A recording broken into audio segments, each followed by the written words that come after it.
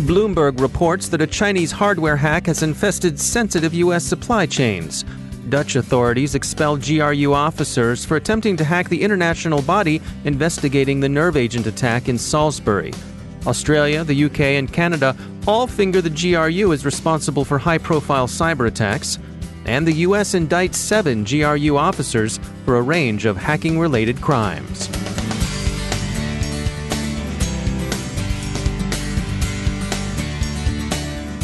Time to tell you about our sponsor, Recorded Future. If you haven't already done so, take a look at Recorded Future's Cyber Daily.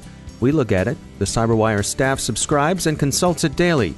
The web is rich with indicators and warnings, but it's nearly impossible to collect them by eyeballing the internet yourself, no matter how many analysts you might have on staff, and we're betting that however many you haven't got enough. Recorded Future does the hard work for you by automatically collecting and organizing the entire web to identify new vulnerabilities and emerging threat indicators. Sign up for the Cyber Daily email to get the top trending technical indicators crossing the web. Cyber news, targeted industries, threat actors, exploited vulnerabilities, malware, suspicious IP addresses, and much more. Subscribe today and stay ahead of the cyber attacks. Go to recordedfuture.com/intel to subscribe for free threat intelligence updates from Recorded Future. That's recordedfuture.com/intel. And we thank Recorded Future for sponsoring our show. Major funding for the CyberWire podcast is provided by Cylance. From the CyberWire studios at Data Tribe, I'm Dave Bittner with your CyberWire summary for Thursday, October 4th, 2018. Chinese cyber operations against the U.S. are scheduled to come front and center when U.S. Vice President Michael Pence delivers a speech laying out the American case against China for influence operations directed at the coming midterm elections. But a report this morning by Bloomberg offers some startling allegations. The news organization's investigation alleges that China succeeded in compromising U.S. computer hardware supply chains with maliciously crafted chips. The chips, Bloomberg says, were found in motherboards of servers intended to handle, among other things, U.S. government files, some regarded as sensitive. They turned up in equipment made for Amazon, which apparently alerted U.S. authorities of suspicions about the hardware, and for Apple. Video encoding shop Elemental Technologies, since 2015 an Amazon subsidiary now known as Amazon Prime Video, engaged Supermicro to assemble its servers. Supermicro used several Chinese subcontractors in the process, which is where the compromise is thought to have occurred. Bloomberg says Amazon noticed something fishy, very small chips on the motherboards, not part of the design, after it acquired Elemental and undertook a routine security review of the equipment that Elemental engaged California-based Supermicro to build for it. Their tip to the government opened an investigation, Bloomberg calls it top secret, that remains open 3 years later. Among the results Bloomberg reports is a finding that the chip established a persistent backdoor into the system on which it was mounted. If this is what happened, it would be a seeding attack, with malicious hardware placed upstream in the supply chain, where it would eventually find its way into targeted systems. The other class of hardware attack that's sometimes discussed is an interdiction attack, in which finished devices are altered while they're in transit between manufacturer and end user. Some 30 companies in various sectors are thought to have been affected, and Supermicro hardware is used in a wide variety of systems, including some used by the U.S. military. Apple and Amazon Web Services are both said to have been affected, and both strongly denied to Bloomberg that the incident ever occurred. Amazon said, quote, "It's untrue that AWS knew about a supply chain compromise, an issue with malicious chips, or hardware modifications when acquiring Elemental," end quote. Amazon also told news outlets in France that, quote, "At no time past or present have we ever found any issues relating to modified hardware or malicious chips in Supermicro motherboards in any Elemental or Amazon systems," end quote. Apple wrote, quote, "On this we can be very clear. Apple has never found malicious chips, hardware manipulations, or vulnerabilities purposely planted in any server," end quote. Supermicro said, quote, "We remain unaware of any such investigation," end quote. For its part, the Chinese government deflected direct questions about what did or did not find its way into Supermicro hardware. issuing a pious statement about logistics that said in part, quote, "Supply chain safety in cyberspace is an issue of common concern, and China is also a victim," end quote.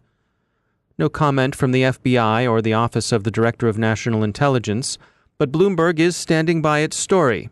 Its notes on sources are interesting and worth quoting. Quote, "6 current and former senior national security officials who, in conversations that began during the Obama administration and continued under the Trump administration, detailed the discovery of the chips and the government's investigation. One of those officials and 2 people inside AWS provided extensive information on how the attack played out at Elemental and Amazon. The official and one of the insiders also described Amazon's cooperation with the government investigation. In addition to the 3 Apple insiders, 4 of the 6 U.S. officials confirmed that Apple was a victim. In all, 17 people confirmed the manipulation of Supermicro's hardware and other elements of the attacks. The sources were granted anonymity because of the sensitive and in some cases classified nature of the information." End quote. Concerns about supply chain hacking with malicious hardware have worried U.S. government policy advisors for more than 10 years, with studies from Sandia National Laboratories and elsewhere pointing out the potential threat. That threat may have been realized. President Trump and his administration have made no secret of their concerns about Chinese hardware in the supply chain and have made that hardware a focus of trade sanctions, with the confident hope that manufacturers will move to other suppliers. Switching gears a bit to more routine protection of data, it's widely understood that it's important to have plans in place for the possibility or eventuality of a serious data breach. We spoke with Oussama El-Hilali from Arcserve, who offers his thoughts on proper continuity and disaster recovery preparation. Well, quite often what we see is that organizations will either not protect all of their data or may come into an approach where they think the data is protected. Quite often the situation is that they have a third party, or they're putting the data in the cloud, and they're assuming that because the data is in the cloud, it's somehow backed up and protected, and there's multiple copies of it. And quite often it's the inability to distinguish between what is critical and what is not so critical. Obviously, if you have files that are relating to contracts or things that the frequency of accessibility is long, it gets pulled once every 7 years or once every 2 years, is not like an application that has your email and your communication systems on them. So that qualification sometimes creates a problem for those organizations. What about the notion of people rehearsing their plans? Is that something where people don't often take it to the degree that they need to? Yeah, that's a very, very good question, actually. Quite often, people are backing up based on a policy that they have established. And the person who established the policy may have had, a notion of how they want to recover the data, but they may leave and the policy continues to execute on a regular basis. And then when a disaster happens or a need to recover some data happens, those assumptions that were made are no longer there. So it is very, very important to kind of do the testing, multiple types of testing. For example, if I need a file or I need an email, a granular restore of a mailbox or a certain email, what is the process that I follow? And quite often we find that the more sophisticated users not only have a plan that they rehearse on a regular basis, but that plan is detailed to the point where it says, here's the names, here's the passwords, here's how you access these systems, here's how these systems are protected, so that under most foreseeable circumstances, not only the task can be accomplished and the data can be restored, but also if something unexpected happens, that can be remedied immediately, and the process continues. Now, you all recently conducted a survey. You surveyed over 600 of your channel partners and other IT decision makers, and you gathered some interesting data here. What can you share with us? Yeah, so the survey indicated that half of the people who were surveyed do not have a disaster plan in place. And those who do have a disaster plan in place they don't regularly test it. I think it's the nature of human beings. We become very, very complacent, and the nature of data protection is such that if I haven't experienced it, I cannot imagine the impact of it. But when you look at the numbers and you look at the potential loss of a business, especially in situations where you have a retail organization that has an application that accepts orders directly online from their customers, if that's down, that every second of downtime translates immediately on lost revenue. Those are the type of situations where a disaster recovery plan has to exist, and quite frequent testing of that disaster recovery plan need to happen. And the organization needs to know that, needs to estimate the amount of loss that, per second, per minute, per hour, per day, etc. That's Oussama El-Hilali from Arcserve. The other major nation-state threat in the news today is Russia's GRU, coming in for naming, shaming, expulsion, and indictment in 3 Western countries. The GRU is also known as Fancy Bear and GU, although no one really calls them GU apart from Russian diplomats indulging some org chart misdirection during tendentious press conferences. The Netherlands has kicked out 4 GRU personnel after linking them to an attempted cyber attack on the Organization for the Prohibition for Chemical Weapons, that's the OPCW. They're the international agency investigating the Novichok attacks in Salisbury, England. Australia and the UK accused the GRU in some detail of cyber attacks against the World Anti-Doping Agency, the WADA, the U.S. Democratic Party, and others. Canada, which hosts the World Anti-Doping Agency in Montreal, joined in the condemnation, saying officially that it assessed with high confidence that the GRU was responsible for hacking WADA. It's worth noting that the attempts on WADA and OPCW appear to have been intended attacks on data integrity, altering rather than stealing or destroying information. And the U.S. Department of Justice today indicted 7 GRU officers on charges related to the hacking of WADA and other organizations around the world. The indicted officers were all charged with conspiracy to access computers without authorization, wire fraud, and money laundering for buying computer equipment with cryptocurrencies. 5 were charged with aggregated identity theft. 1 was charged with wire fraud specifically for engaging in spear phishing. But who knows? Maybe they're just a bunch of sports nutrition enthusiasts.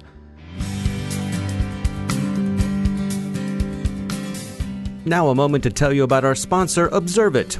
It's 2018. Traditional data loss prevention tools aren't cutting it anymore. They're too difficult to deploy, too time-consuming to maintain, and too heavy on the endpoint. They are high maintenance and require endless fine-tuning. It's time to take a more modern approach. With Observit, you can detect insider threats, investigate incidents quickly, and prevent data loss. With its lightweight agent and out-of-the-box insider threat library, Observit is quick to deploy and far more effective at stopping data from leaving your organization. That's because Observit focuses on user behavior. It's built to detect and respond to insider threats, and it's extremely difficult even for the most technical users to bypass. Bring your data loss prevention strategy into the modern era with Observit. Learn more at observit.com/cyberwire. That's observit.com/cyberwire. And we thank Observit for sponsoring our show.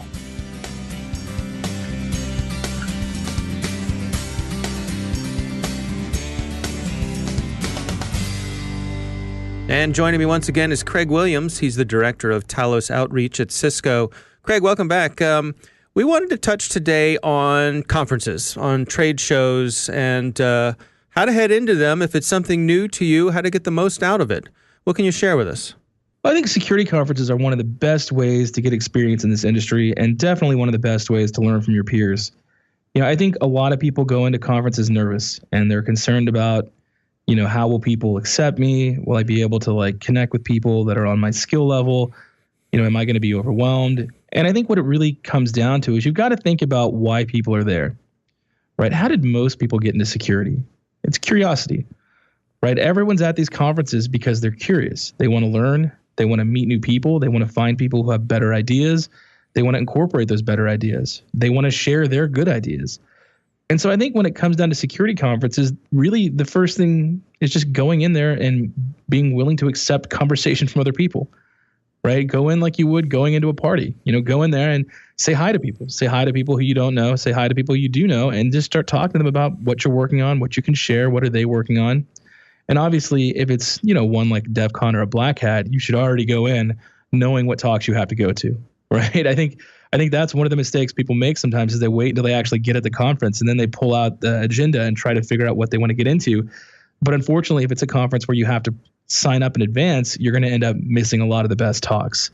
So it's always important. Look at the agenda before you get there. When you walk in the door, make sure you start meeting the people you want to meet, because a lot of times it's your opportunity to meet, like say your hero, like somebody who wrote a security tool that you use every day and you want to talk to them about it and ask them why they designed certain features certain ways.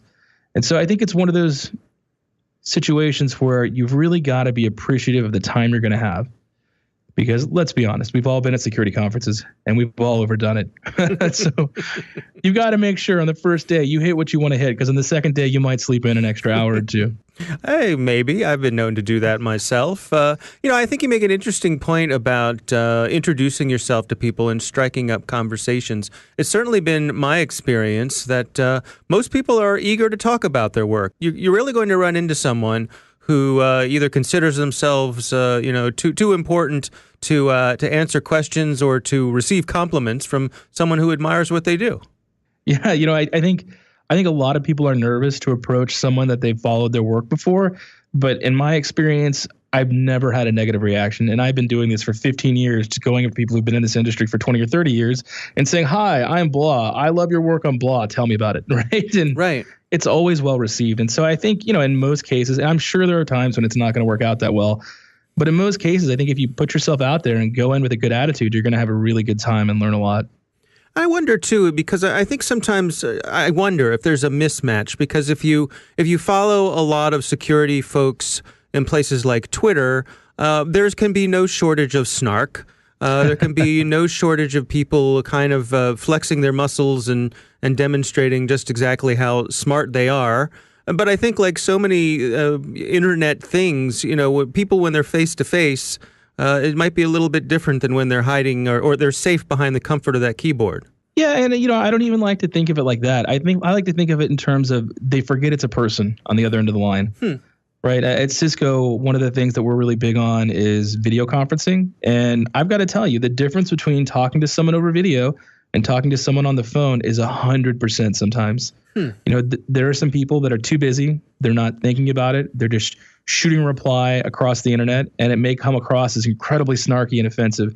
But then you call them and you walk them through your thought process, and they're 180.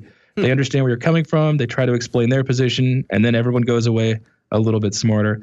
And so I think you're right. It can definitely come across that way. But I think face-to-face is a much better way to ensure that doesn't happen and to make sure that, you just communicate everything. I mean, let's be honest. Some people, one or two in our industry, they might have a little bit of an issue communicating certain things. I think you put them face-to-face, you really start reducing that, and you can really start, having people make friends and get along. Yeah. No, it's good advice. Craig Williams, thanks for joining us. And that's the Cyberwire. For links to all the stories mentioned in today's podcast, check out our daily news brief at thecyberwire.com. Thanks to all of our sponsors for making the Cyberwire possible, especially to our sustaining sponsor, Cylance. To find out how Cylance can help protect you using artificial intelligence, visit Cylance.com. And Cylance is not just a sponsor, we actually use their products to help protect our systems here at the Cyberwire. And thanks to our supporting sponsor, VMware, creators of Workspace ONE Intelligence. Learn more at vmware.com. The Cyberwire podcast is proudly produced in Maryland out of the startup studios of Data Tribe, where they're co-building the next generation of cybersecurity teams and technology. Our Cyberwire editor is John Petrick, social media editor Jennifer Iben, technical editor Chris Russell, executive editor Peter Kilpie, and I'm Dave Bittner. Thanks for listening.